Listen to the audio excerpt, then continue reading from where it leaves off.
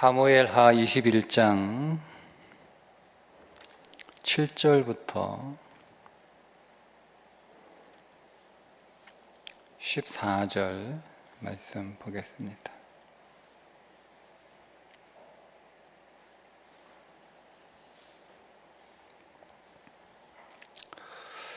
함께 읽습니다.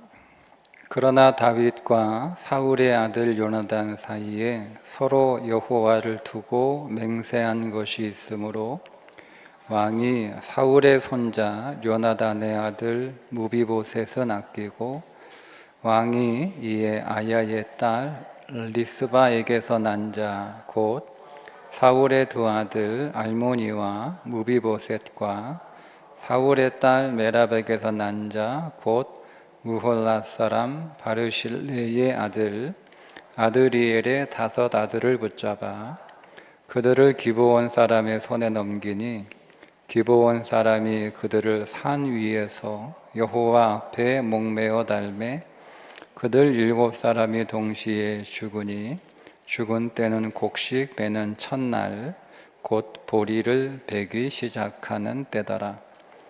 아야의 딸 리스바가 굵은 배를 가져다가 자기를 위하여 바위 위에 펴고 곡식 베기 시작할 때부터 하늘에서 비가 시체에 쏟아지기까지 그 시체에 낮에는 공중에 새가 앉지 못하게 하고 밤에는 들짐승이 범하지 못하게 한지라.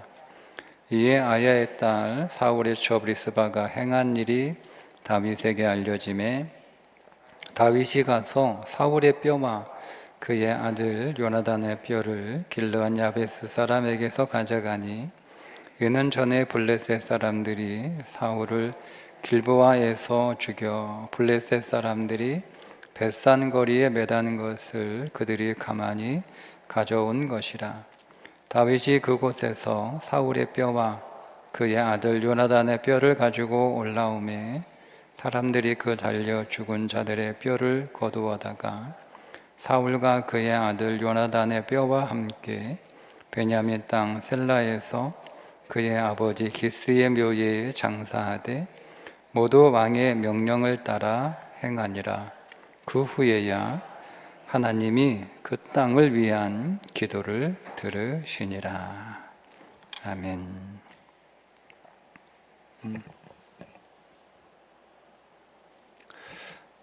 오늘 언약의 보험이다라고 하는 제목인데요.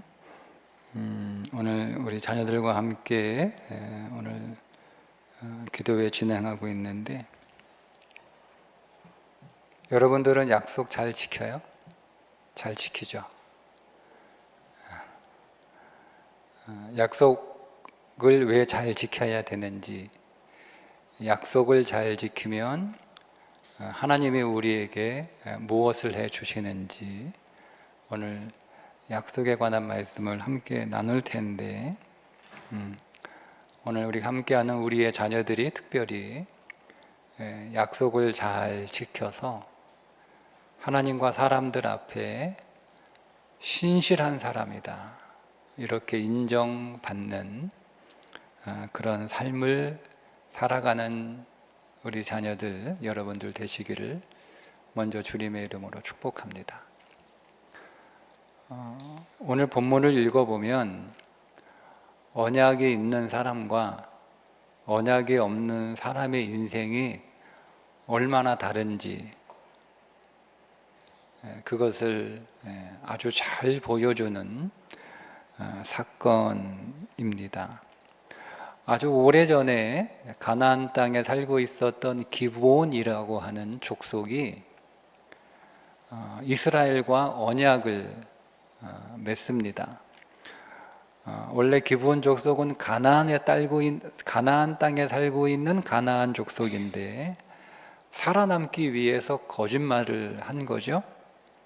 그래서 낡은 옷을 입고 마른 떡을 준비해 마치 자기들이 먼 나라에서 먼 곳에서 온 것처럼 꾸몄습니다. 여호수아는 그들의 말만 믿고 하나님께 묻지 않고 덜컥 언약을 맺었는데 그 언약의 내용은 우리가 기브온 족속을 책임지고 보호해 주겠다. 무슨 일이 있어도 지켜주겠다. 이렇게 언약을 맺었습니다. 그런데 사울 왕이 그 언약을 깨고 기브온 사람들을 살해하는 사건이 벌어지게 됩니다. 언약을 깨뜨리는 것은 굉장히 큰 죄입니다. 우리가 생각하는 것 이상으로 비교할 수 없을 만큼 하나님 앞에 엄청난 죄입니다. 그런데도 사울 왕은 그 언약을 무시한 거죠. 그 언약을 우습게 여긴 겁니다. 그러니 회개를 했겠어요? 회개도 하지 않고 죽어버렸습니다. 그런데 이 기브온 족속과 맺은 언약은 기브온 족속과 여호수아 이렇게 사람이 사람과 개인이 개인과 맺은 언약이 아니라 기브온 족속과 이스라엘 전체가 하나님의 이름으로 맺은 언약이기 때문에 사울 왕 한 사람이 그 언약을 깨뜨렸어도 그 언약을 깨뜨린 책임은 이스라엘 전체가 책임을 져야 돼요. 그래서 비록 사울 왕은 언약을 깨뜨린 사울 왕은 비록 죽었지만 그 언약 파기에 대한 책임은 이스라엘이 져야 되니까 사울 왕이 죽었어도 하나님은 이스라엘 백성들이 회개하기를 기다리셨어요. 그런데 아무도 그 언약 파기에 대한 책임을 지지 않자, 즉 회개를 하지 않자 하나님께서 기근을 내려서 3년 동안 경고를 하신 겁니다. 다윗이 왕이 되고 나서 3년 동안 기근이 계속되니까 하나님 앞에 그 기근 때문에 기도를 하는데 하나님이 그 기근의 원인이 무엇인지, 왜 기근을 내렸는지를 말씀해 주십니다. 그 이유가 뭐냐면 기브온 족속과 사울 왕이 기브온 족속과 맺은 약속을 깨뜨렸기 때문에 내가 그것에 대한 경고로 빨리 언약을 깨뜨리는 것을 수습하고 해결하라는 경고로 내가 기근을 내린 거다, 이렇게 다윗에게 하나님이 가르쳐 주셨어요. 그래서 다윗 왕이 기브온 사람들을 불렀습니다. 죽었지만 사울 왕이 당신들 사람들을 살해했는데 비록 사울 왕이 죽었지만 기브온 족속과 이스라엘이 전체가 맺은 약속이기 때문에 한 사람이 그 약속을 깨뜨렸다고 해도 그 책임은 모든 이스라엘 전체가 책임을 져야 하니까 나는 그 일에 관여를 하지 않았어도 이제 내가 이스라엘의 왕이니까 내가 대표로 이 문제를 책임질 테니까 당신들이 원하는 게 뭐냐? 우리가 어떻게 해줘야 당신들의 마음이 풀리겠냐? 이렇게 물어봐요. 그러니까 기브온 사람들이 돈은 필요 없고 우리가 돈을 원하는 게 아니고 우리가 언약 파기로 많은 사람들이 살해되었으니까 똑같이 우리도 언약을 깬 사람들의 목숨을 원한다. 그래서 사울 집안에 남자 7명을 우리한테 달라, 이렇게 요구를 하는 거예요. 그래서 죽은 사울 왕의 집안에서 7명을, 남자 7명을 기브온 사람들에게 넘겨줍니다. 그 명단이 8절에 나오는데 사울의 리스바에게서 난 두 아들 암므니와 무비보셋, 그리고 사울의 딸 메랍에게서 난 자 곧 무훌라 사람 바르실레의 아들 아드리엘의 5 아들 이렇게 나와요. 그죠? 근데 리스바, 사울의 첩이죠. 사울의 첩 리스바에게서 난 아들 중에 한 명의 이름이 무비보셋입니다. 근데 우리가 알고 있는 무비보셋이 또 한 명 있죠.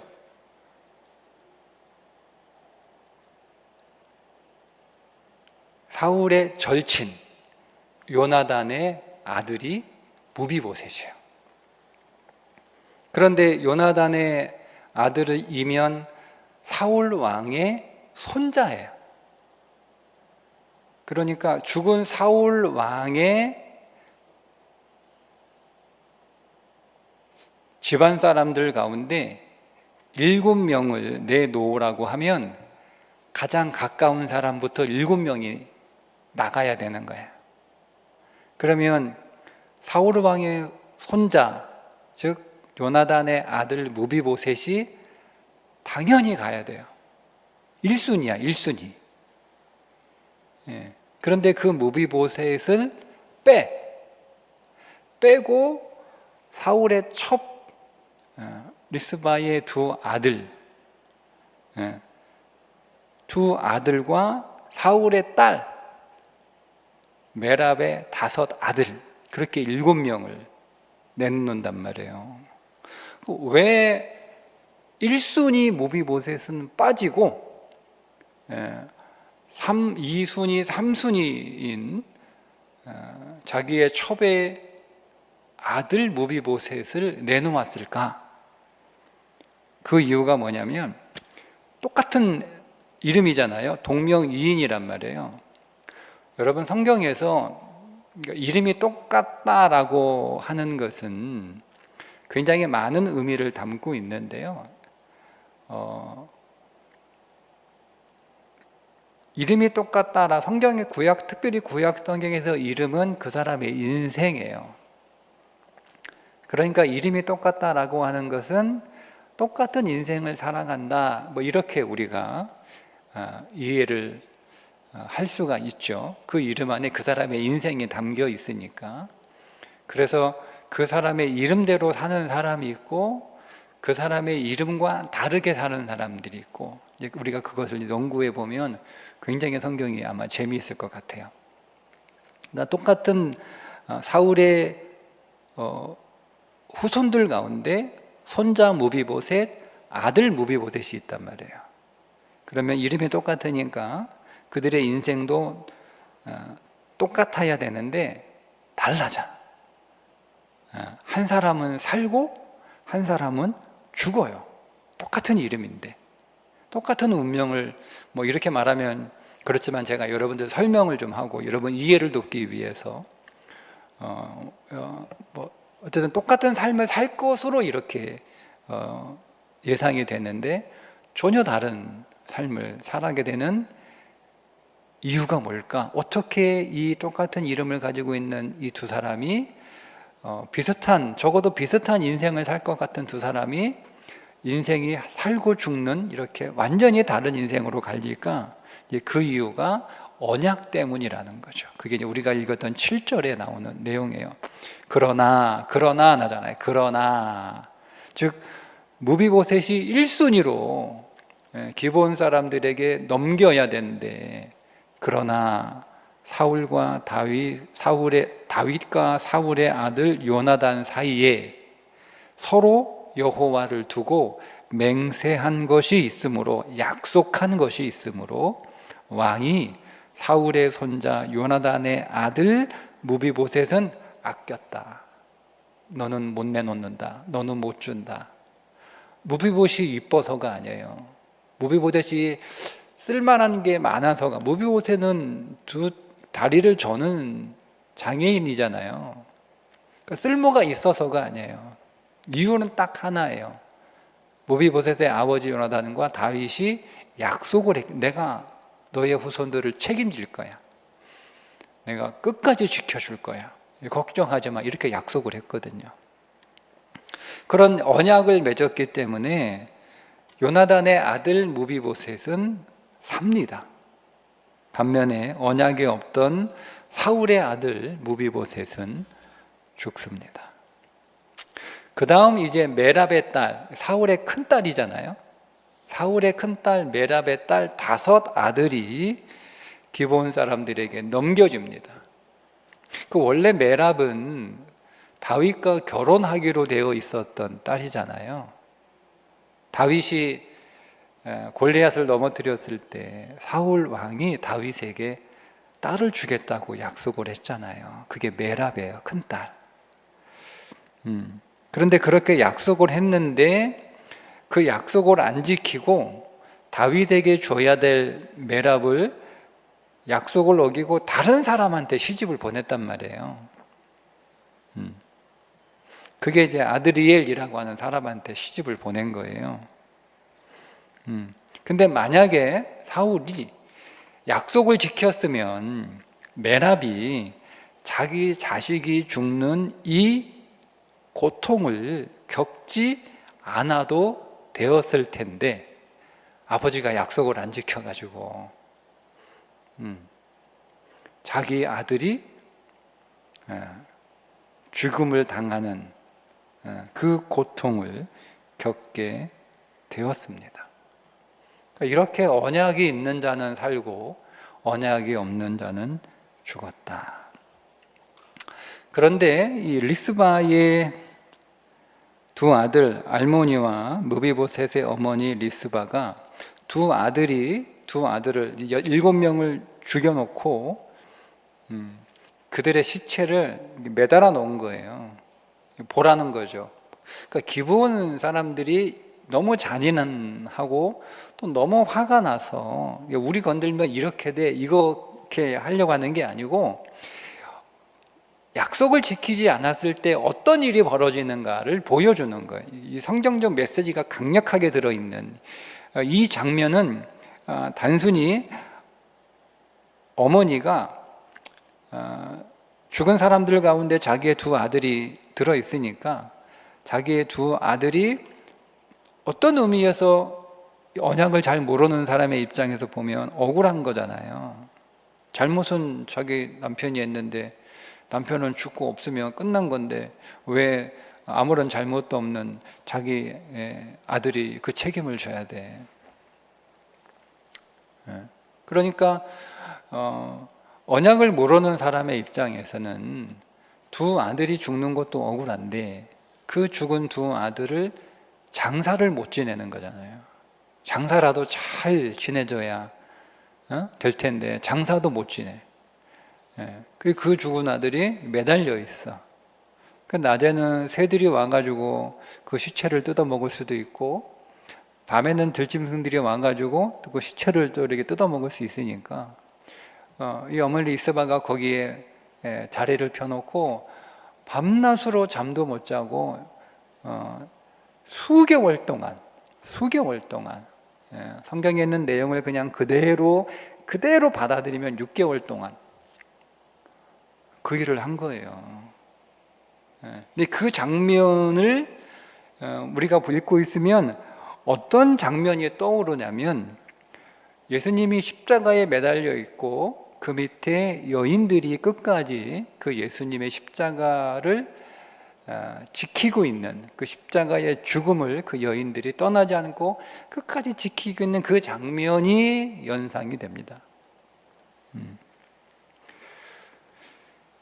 여러분, 예수님이 우리의 언약 파기를 대신해서 십자가에 달려 돌아가셨습니다.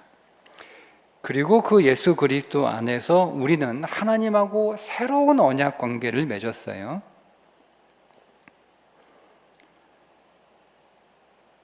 그러니까 이제 우리는 예수 그리스도 안에서 하나님과 다시 언약을 맺은 사이가 되었습니다. 그 약속은 뭐냐면 예수 그리스도 안에 있는 모든 것들을 다 우리에게 기업으로 주시겠다는 약속입니다. 히브리서 9장 15절에 나오는 말씀인데 이로 말미암아 그는 새 언약의 중보자시니 이는 첫 언약 때에 범한 죄에서 속량하려고 죽으사. 언약을 우리가 파기했으니까 그 책임으로 우리가 죽어야 되는데 우리 대신 언약 파기의 책임을 지시고 죽으셨다는 거잖아요.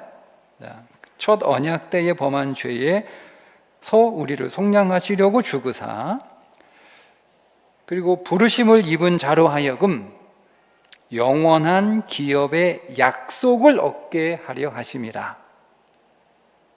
그러니까 예수 그리스도의 십자가의 사건이 무엇인지를 아주 잘 설명해 주는 구절 가운데 한 절입니다. 어쨌든 우리가 언약을 파기했기 때문에 우리가 죽어야 되는데, 언약 당사자가 그 언약을 어기면 쪼개져야 되는 건데, 내가 안 쪼개지고 예수님이 십자가에서 쪼개지셨단 말이에요.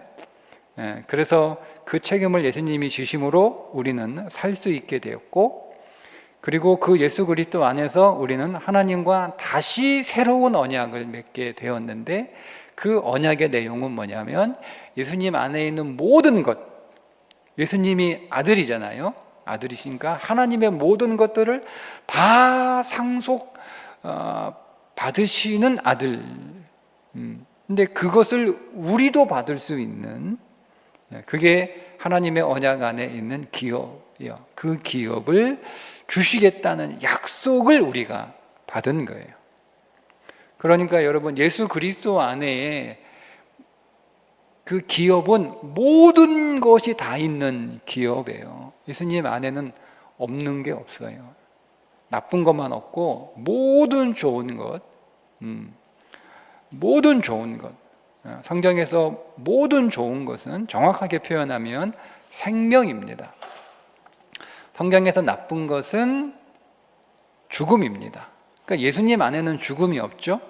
그러니까 우리가 이해하기 편하게 이제 설명을 하려고 좋은 거 나쁜 거 이렇게, 예수님 안에 나쁜 거 하나도 없고 예수님 안에는 좋은 것만 있어, 이렇게 설명을 하면 우리가 아이들 수준에서 설명을 하는 건데, 그 아이들 수준에서는 그렇게 이해해야 되고 어른들은 다르게 이해를 해야 되는데, 어른도 똑같이 애들처럼 이해를 하니까, 정확하게 표현하면 예수님 안에는 사망은 전혀 없어요. 예수님 안에 뭐가 있어요?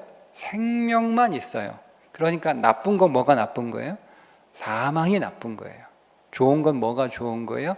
생명이 좋은 거예요. 그러니까 내가 아무리 좋아해도, 나한테 아무리 필요해도 그게 나를 사망으로 데리고 가면 그건 나한테 좋은 게 아니에요. 근데 설사 나한테는 별로야, 때로는 그것이 나한테는 불편해, 때로는 그것이 나한테 힘들어, 그런데 그게 나를 생명으로 데리고 가면 그거는 나한테 좋은 거예요.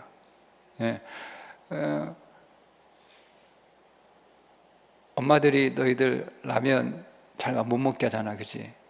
교회에 와서, 목사님이 지난주 화요일 날 대전에 있는 어느 교회에 갔는데, 교육관을 새로 지었어. 25억을 들여가지고 교육관을 새로 지었는데, 목사님이 자랑하려고 이제 우리 교육관 지었는데 와서 한번 구경 좀, 교회 왔으니까 구경 좀 하고 가 하고, 이제 나는 5층짜리 교육관을 리모델링을 한 거야. 지은 게 아니고 리모델링 하는데 25억이 들었어. 그래가지고 제일 먼저 5층에 딱, 5층부터 이제 내려가는데 딱 들어가니까, 딱 들어가자마자 뭐가 있어? 한강라면. 한강라면이 쫙, 옆에 라면 캐비넷, 라면, 온갖 라면이 다 있더라고. 그지? 내가 그러겠어. 우리 교회들도 엄마들이 라면 주는 거 되게 싫어하는데, 우리 교회들은 교회 놓으면 라면을 자유로 먹을 수 있어가지고 우리 교회들도 너무너무 좋아해요. 이렇게 이제 얘기 하면서 같이 웃었는데, 그지? 너희들 라면 너무 좋잖아. 근데 엄마가 잘 안 해주잖아. 왜 안 해줘? 라면이 밥하는 것보다 더 쉬운데. 밥 해야지, 반찬 해야지, 또 설거지 해야지. 라면은 냄비 하나 끓이면, 라면만 끓이면 되잖아. 김치 꺼내가지고, 뭐 너희 김치 안 먹으니까 라면 하나만 후루룩 먹고 냄비 하나만 설거지하면 얼마나 편하고 좋으냐. 근데 왜 안 해? 너희들이 라면을 먹을 때는 맛있고 좋지만 내 건강에는 썩 좋지 않으니까. 그러니까 그게 생명과 사망으로 우리가 이해를 해야 되는 거예요. 그래서 그러니까 성경에서 좋은 거, 그러니까 왜 우리가 생각하는 좋은 거라는 개념으로 읽으면 안 되고, 아, 이게 나한테 생명이 되는 거구나. 나쁜 거, 아, 이게 나한테 사망이 되는 거구나. 그러니까 예수님의 기업 안에는 그분은 일체 사망이 없으니까 그분 안에는 모든 것들은 다 생명이에요. 그러니까 그 모든 좋은, 그 모든 생명이 나한테 생명이 되는 그 좋은 것을 하나님이 나한테 주시겠다고 약속을 하신 거란 말이에요. 그게 하나님과 우리가 맺은 언약의 내용이에요. 그래서 우리가 그거를 이제 받으려면 어떻게 받아? 어떻게 받아요? 주시겠다고 약속했으니까 달라고 청구하면 되는 거예요. 주시겠다고 이미 약속을 했단 말이에요. 그러니까 달라고 청구하면 되는 거예요. 누구 이름으로? 예수님의 이름으로 달라고 청구하면 되는 거예요. 그걸 기도라고 합니다. 그러니까 기도는 예수 그리스도 안에서 이미 약속되어 있는 것을 달라고 청구하는 거예요. 그게 기도예요. 그래서 기도는 막 제발 좀 주세요라고 사정하는 게 아니에요. 여러분 그런 태도로 그런 생각으로 기도를 하시면 안 돼요. 기도는 막 애들이 엄마가 안 주니까 막 달라고 막 떼쓰고 막 땡깡 부리는 것처럼 그렇게 기도를 생각하셔도 안 돼요. 기도는 떼쓰는 게 아니에요. 기도는 땡깡 부리는 게 아니에요. 기도는 막 우리가 안 주려고 그러니까 막 받아내기 위해서 막 아부하는 거죠. 막 아부하는 거예요. 그래서 기분 좋게 이렇게 하면 나한테 잘해줄 거니까. 그 기도는 그런 아부가 아니에요. 네. 여러분 우리가 보험 청구할 때 여러분들이 보험사에 전화해가지고 뭐 사정합니까? 아니면 보험사에 전화해가지고 막 달라고 막 소리치고 막 그렇게 합니까? 싸웁니까? 아니면 막 보험사 그거 한테 뭐 아부합니까? 뭐 커피 쿠폰 하나 보내고 막 그럽니까? 안 하잖아요. 서류 한 장 딱 써가지고 딱 첨부 서류하고 보내면 끝. 그쵸? 요즘 내가 하지도 않잖아. 그 어플 이렇게다가 하면 그냥 지가 알아서 다 해주잖아. 예. 기도가 그런 거예요. 기도가. 그러니까 여러분 기도가 얼마나 엄청난 특권입니까? 기도는 하나님이 나한테 주시겠다고 약속하신 거, 하나님 그 약속하신 게 지금 필요하니까 하나님 지금 그거 저한테 약속하신 대로 주셔야겠습니다. 하나님 주세요라고 청구하는 게 기도인데 그 하나님께 청구할 수 있는 자격을 우리에게 주셨다는 거예요. 그게 예수 이름이에요. 그러니까 여러분 우리가 하나님한테 뭔가를 청구할 수 있는 자격을 가졌다는 게 정말 엄청나죠. 엄청나죠. 그게 기도의 특권이에요. 그러니까 우리가 기도를 그렇게 이해하셔야 돼요. 기도를. 그러니까 이 내용을 우리가 정확하게 이해하지 못하면 기도가 막 사정하는 기도, 어떤 사람은 막 떼쓰는 기도, 어떤 사람은 막 이렇게 아부하는 기도, 이런 기도를 한단 말이에요. 네. 기도는 그냥 깔끔하게 하나님 제가 필요하니까 그 약속하신 약관에 들어있으니까 약관대로 처리해 주십시오. 이렇게 하면 깔끔한 거예요. 그렇게 하면 돼요. 근데 이 엄청난 이 특권, 하나님한테 우리에게 생명이 되는 것들을 청구할 수 있는 이 특권이 어떻게 주어졌냐면 그 믿음이잖아요. 믿음은 뭘 믿냐면 믿음은 하나님의 존재를 믿는 게 아니에요. 나는 하나님의 존재를 믿어. 하나님의 존재를 믿지 않는 사람도 있죠. 교회를 다니면서도 하나님의 존재를 안 믿는 사람들이 있어요. 그건 귀신보다 못한 믿음이니까 우리가 그걸 논할 필요는 없죠. 하나님의 존재는 귀신도 믿잖아요.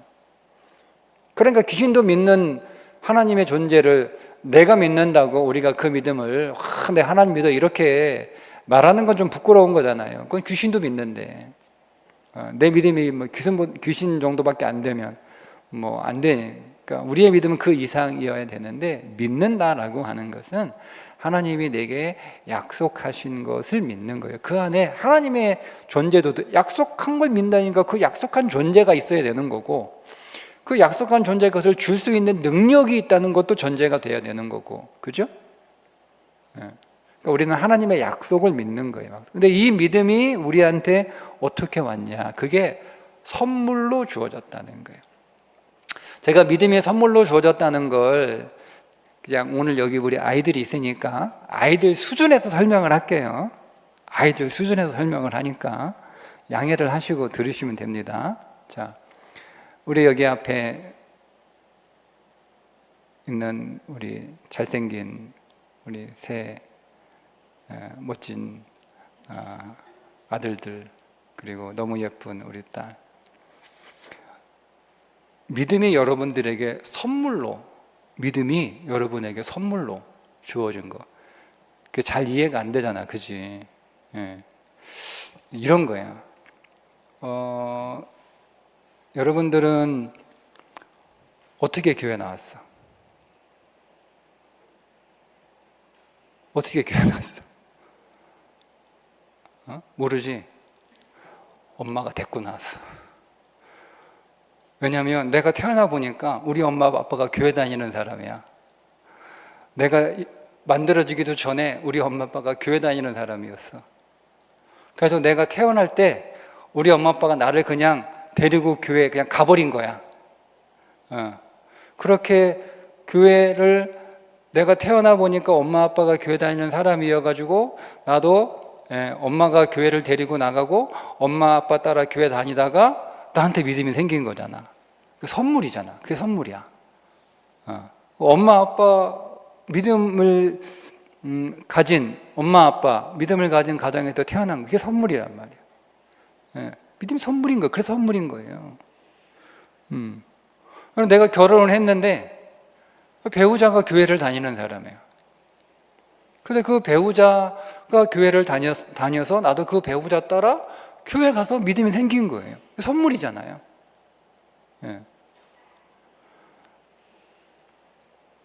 내가 친한 친구가 교회를 다녀.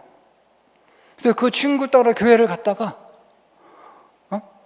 나도 믿음이 생겼어. 그게 선물이잖아요. 선물이잖아요. 그러니까 이렇게 기타 등등 어쨌든 여러 가지 이유로 뭐 우연히 교회를 갔든 뭐 지나가다가 교회를 갔든 뭐 한다고 하여튼 그렇게 교회를 갔다가 믿음이 생긴 거예요. 그렇게 선물로 우리에게, 믿음과 함께 믿음이 선물인 것처럼 언약도 우리에게 선물로 왔단 말이에요. 그러니까 이게 왜 중요할까 하면, 언약은 여러분들의 능력, 여러분들의 상태에 의해서 주어진 게 아니라 믿음이 여러분의 상태와 상관없이, 여러분의 자격과 상관없이 믿음이 여러분에게 선물로 주어진 거거든요. 어느 날 그 믿음이 나한테 왔어요. 어느 날 믿음이. 내가 막 교회를 다녀야지 뭐 이렇게 해서, 내가 예수님 믿어야지 뭐 이렇게 해서. 근데 이게 믿어지잖아요. 믿어지잖아요. 여러분들이 하나님에 관하여 성경 열심히 이렇게 다 공부하고 또 연구하고 막 이렇게 따져가지고 다 이해가 돼가지고, 그래서 야, 하나님이 계시는구나, 믿으면 정말 좋겠구나, 이렇게 해서 된 게 아니잖아요. 여기 계신 대부분, 거의 모든 분들이 부모 따라 나오다가 믿음이 생겼거나, 친구 따라 나오다가 믿음이 생겼거나, 군대 가서 뭐 초코파이 준다고 교회 갔다가 믿음이 생기거나, 어떤 여러 가지 이유로 어쨌든 교회 갔다가 믿음이 생긴 거예요. 그리고 교회를 교회를 다니면서 그냥 교회가 그냥 편하고 좋으니까 그냥 교회만 왔다 갔다 하는 교회 회원이 아니고 어느 날 갑자기 나한테 믿음이 쑥 들어온 거예요. 믿음이 쑥 들어온 거예요. 믿음이.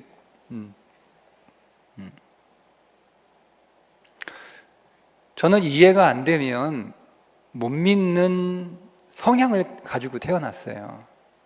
그러니까 저는 협박을 하면 안 돼요. 저한테는. 잘 들으세요. 여러분의 담임 목사는 협박을 하면 안 돼요.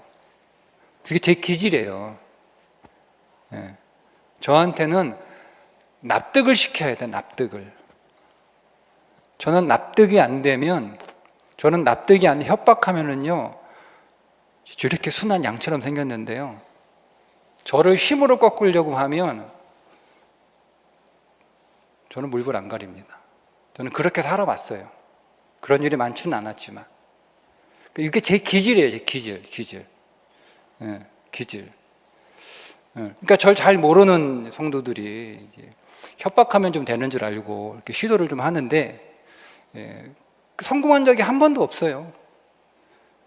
이게 제 기질이에요. 그걸 말하고 싶은 게 아니고, 저는 일단 저를 설득시켜야 돼요. 저는 납득이 돼야 되고, 저는 이해가 돼야 돼요. 저는 영적 체험을 했지만, 그 영적 체험을 했기 때문에, 저는 은사 체험을 했지만, 그 신비 체험을 했기 때문에 하나님을 믿는 믿음이 저한테 들어온 게 아니에요.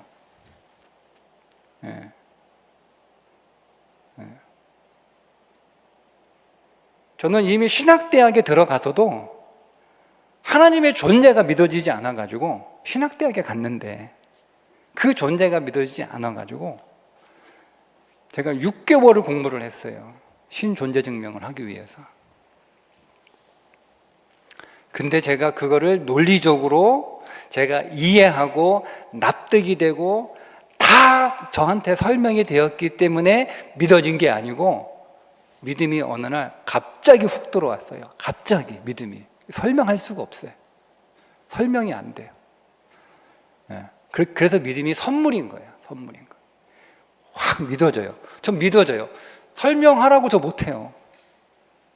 설명을 제가 어떻게 합니까? 제가 목사이기 때문에 성경을 여러분들에게 이해하기 쉽도록 설명을 하지만 성경은요, 말이 안 되는 구절들이 이게 좀 있어요.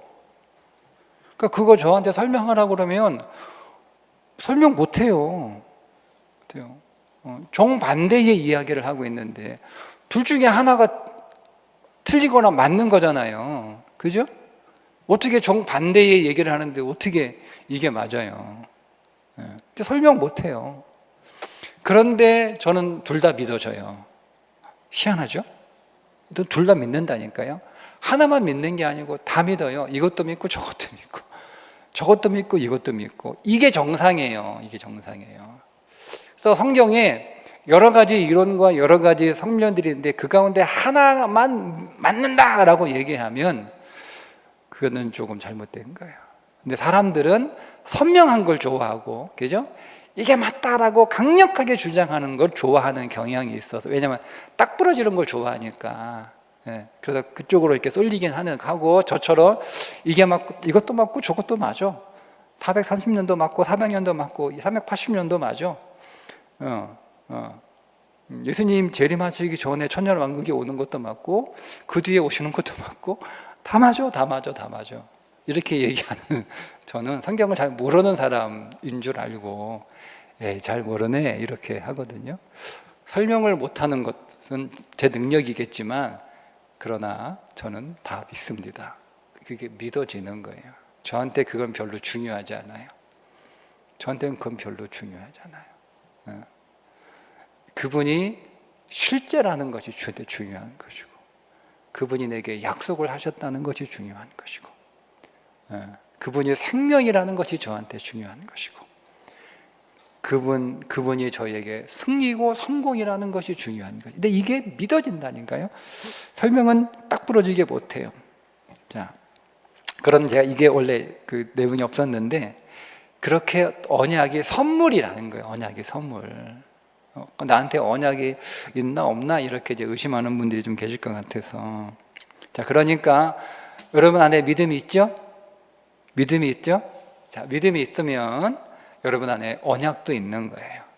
나는 언약이 있는 사람이에요. 자, 언약이 있어요.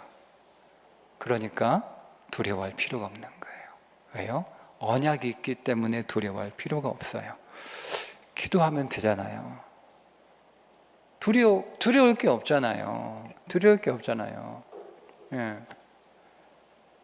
두려울 게 없잖아요. 예. 제가 수개월 전에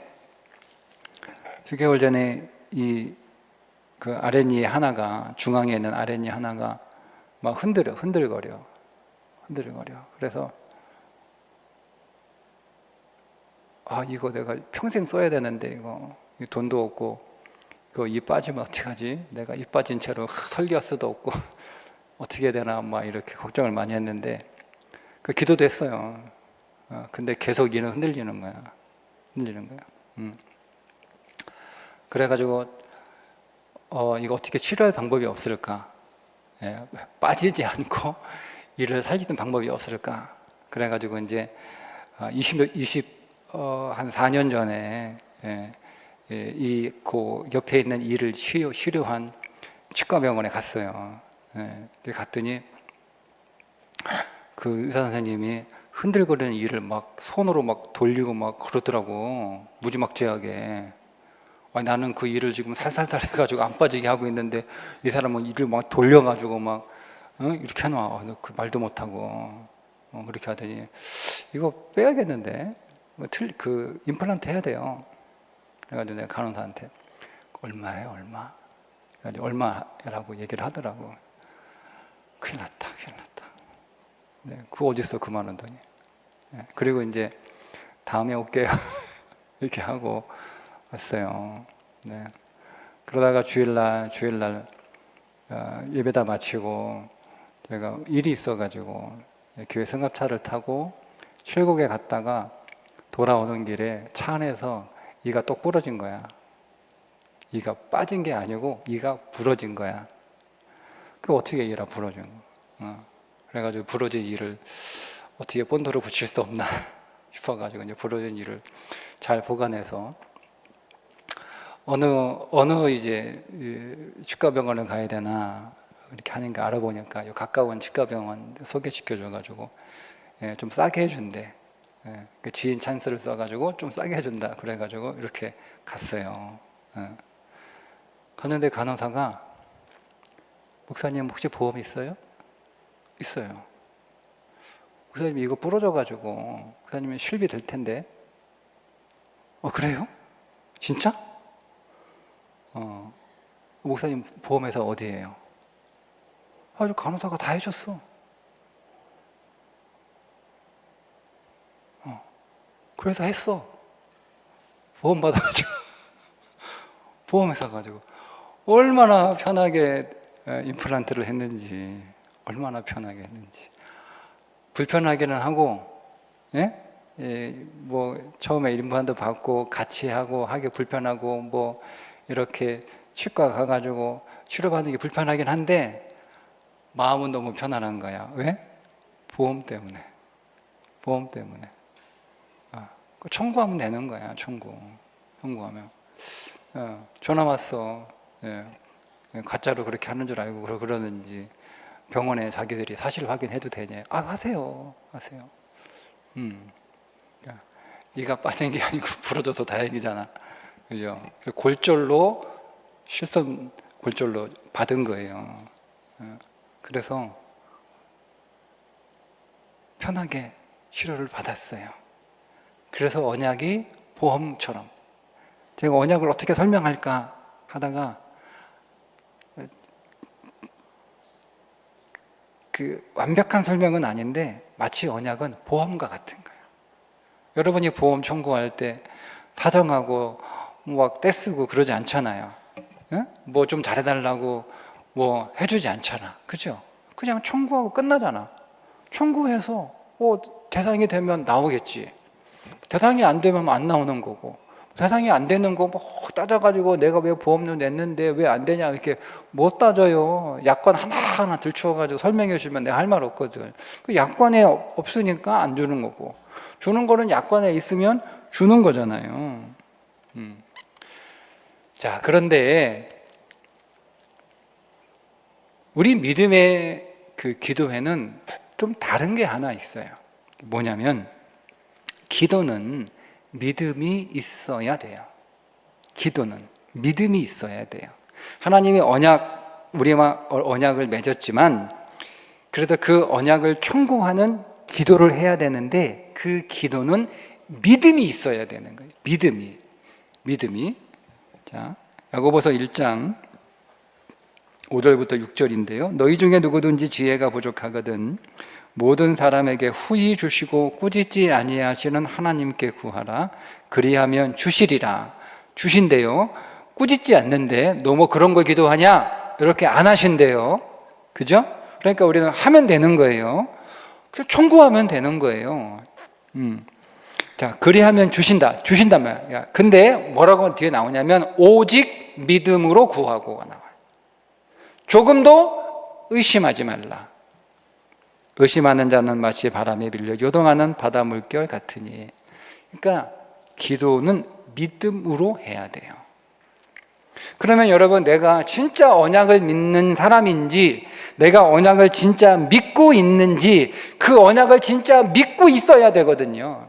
내게 언약이 있다는 걸 믿어야 되고, 내가 하나님한테 예수님의 이름으로 청구하면 하나님이 약속한 대로 시행하신다라고 하는 확신이 있어야 되는데, 나한테 진짜 믿음이 있는지, 정말 내가 확신하는지, 그게 어떻게 드러나냐면 그게 사람들하고 한 약속을 얼마나 잘 지키느냐에서 드러난다는 거예요.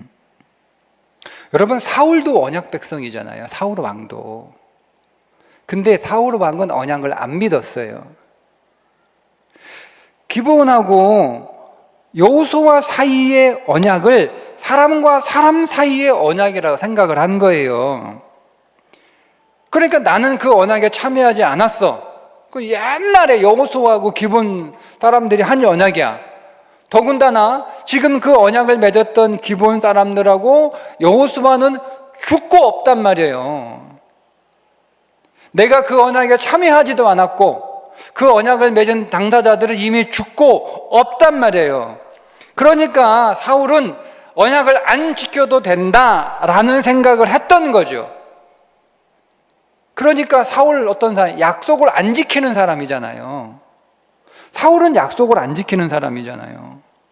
사울은 다윗하고도 약속하잖아요. 딸을 주겠다 해놓고 딸을 안 주고 다른 남자한테 시집 보내잖아요. 다윗이 자기 목숨을 살려줬을 때 미안하다, 나는 너를 죽이려고 하는데 너는 나를 살려줬구나, 네가 나보다 낫다, 미안하다, 내가 다시 안 그럴게 했는데도 약속 안 지키잖아요. 그래서 사울 왕은 기브온 사람들 아무렇지도 않게 죽였단 말이에요. 그러니까 어떻게 됐어요? 사울 왕은 왕이 되었지만 왕노릇 제대로 못했어요. 골리앗 앞에서 쩔쩔맸어요. 백성들 고생만 시켰어요. 전쟁터에서 비참하게 죽였어요. 성경에서 사울 왕이 기도했다는 내용이 없습니다. 정확하게 이야기하면 사울 왕이 2번 기도했습니다. 그런데 하나님이 묵묵부답, 하나님이 그의 기도를 듣지 않으십니다. 그 말은 기도를 안 한 거하고 똑같은 거예요. 그래서 역대상 10장 14절에 사울 왕의 인생을 이렇게 요약해 줍니다. 사울 왕의 인생의 특징, 사울이 죽은 것은 여호와께 범죄하였기 때문이라. 자, 그가 여호와의 말씀을 지키지 아니하고 또 신접한 자에게 가르치기를 청하고, 세 번째가 여호와께 묻지 아니하였으므로. 기도 안 했다는 거예요. 그게 사울 왕의 인생의 3가지 특징이에요.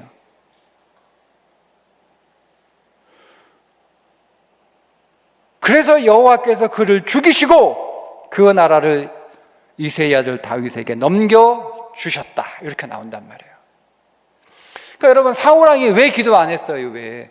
기도에 믿음이 없었던 거예요. 2번 기도했는데 왜 하나님이 그 기도를 듣지도 않으셨어요? 믿음이 없는 기도니까 안 듣는 거예요, 하나님이. 근데 그 믿음이 왜 없었냐면, 사울왕 약속을 안 지키는 사람이잖아요. 약속을 안 지켜요.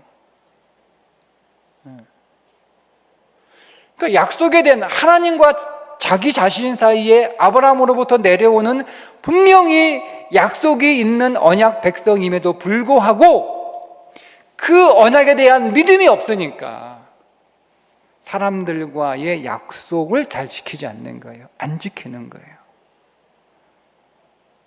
그걸 믿음 없다고 얘기하는 거예요. 그러니까 기도하지 않잖아요.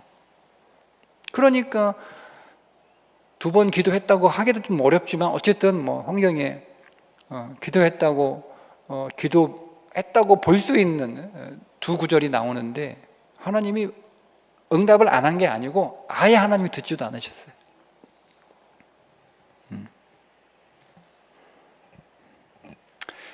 그럼 뭐예요? 언약에 대한 믿음이 없으니 믿음의 기도가 되지 못한다. 그러니까 언약을 우리가 믿는다면, 그래서 우리는 약속을 잘 지키는 삶을 살아야 된다.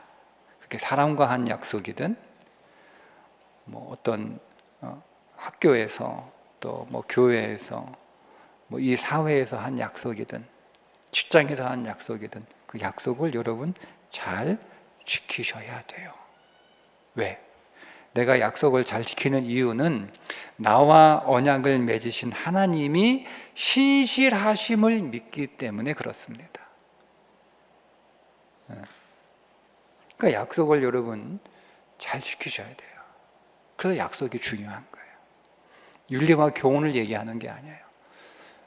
이게 믿음의 원리예요. 그러니까 약속을 안 지키는 게, 여러분 자꾸 이렇게 어기고 안 지키면 이게 버릇되면은요, 여러분 안에, 우리 안에 언약에 대한 믿음이 생기기가 어렵습니다. 다 연결되어 있어요. 연결되어 있어요. 우리가 세상에서 하는 거 따로, 교회에서 하는 거 따로가 될 수 없어요.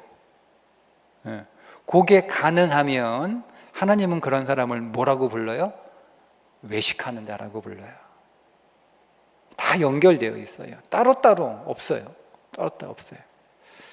그러니 신실하신 하나님을 우리가 정말 믿고 그분을 신뢰한다면 그리스도인들은 신실해야 됩니다. 약속에. 자, 오늘 여러 가지 말씀을 드렸는데, 자, 결론. 우리에게 언약이 있습니다. 여러분 안에 언약이 있습니다. 예수 이름으로 그 언약을 청구하십시오. 근데 그 언약을 우리가 믿음으로 잘 청구하려면, 정말 힘있게 청구하려면, 확신을 가지고 청구하려면 우리가 약속을 잘 지키는 삶을 통해서 내 안에 그 언약에 대한 확신이 계속 유지가 되고 그 확신이 계속 강해지고 커져야 되는 거예요. 그렇게 되면 우리는 정말 예수 그리스도 안에 우리를 위하여 주시겠다고 하는 그 모든 약속들을, 그 모든 생명들을 충분히 이 땅에서 누릴 수 있는, 우리는 그거 다 못 누리고 죽어요. 복은요, 이렇게 생각하시면 돼요. 우리는 복을 누가 더 많이 받았냐, 누가 더 복을 적게, 이렇게 생각하잖아요. 그러죠? 자, 우리는 복을 다 똑같이 받았어요. 여기에 복을 많이 받은 사람, 복을 적게 받은 사람 없어요. 제가 받은 복이나 여러분들이 받은 복이나 다 똑같은 복입니다. 받은 복에는 차이가 없어요. 그럼 무슨 차이냐? 그 복을 누리는 차이가 있어요. 어떤 사람은 그 복을 많이 누리고 살다 가는 거예요. 아무리 많이 누려도 그 복을 다 누리지는 못해요. 그래서 어쨌든 나보다 복을 많이 누리는 사람이 있어요. 근데 우리 눈에는 그게 저 사람이 나보다 복을 많이 받았다로 보이는 거잖아요. 예. 우리가 이제 이거만 잠깐 끝낼게요. 설명을 위해서. 이제 부모들이 자식을 저도 이제 두 아들 키우잖아요. 나는 분명히 똑같이 했거든요. 예? 그리고 내 거는 다 지들 거예요. 맞죠? 걔들이 태어났는데 저희가 큰아들한테는 너는 내 거에 60%, 작은 아들한테는 너 내 거에 40% 이렇게 안 해요. 여러분 그렇게 하셨어요? 안 하잖아요. 그죠? 큰아들한테도 아빠 건 다 네 거야. 그죠? 작은 아들한테도 아빠 건 다 네 거야. 그렇단 말이에요. 그죠? 예. 그런데 이제 큰아들도 생각하기에 자기보다 동생이 더 많이 받은 것 같아. 작은 아들도 보기에 자기보다 형이 아빠한테 더 많이 받은 것 같아. 예. 그러니까 우리는 다 받은 게 다 내 것 다 줬다니까요. 다 줬잖아요, 여러분 자식들한테. 예. 근데 그거를 얼마나 누리느냐 차이란 말이에요. 그러니까 우리도 복은 이미 다 받은 거예요. 복은 다 받은 거예요. 다 받았어요. 하나님이 우리한테 줄 복 남겨놓은 게 하나도 없어요. 다 주셨다니까요. 그리스도를 다 주셨는데 그리스도를 뭐 떼가지고 팔만 주신 것도 아니잖아요. 다 주셨단 말이에요. 근데 우리가 그 받은 복을 얼마나 누리느냐가 인생의 차이예요.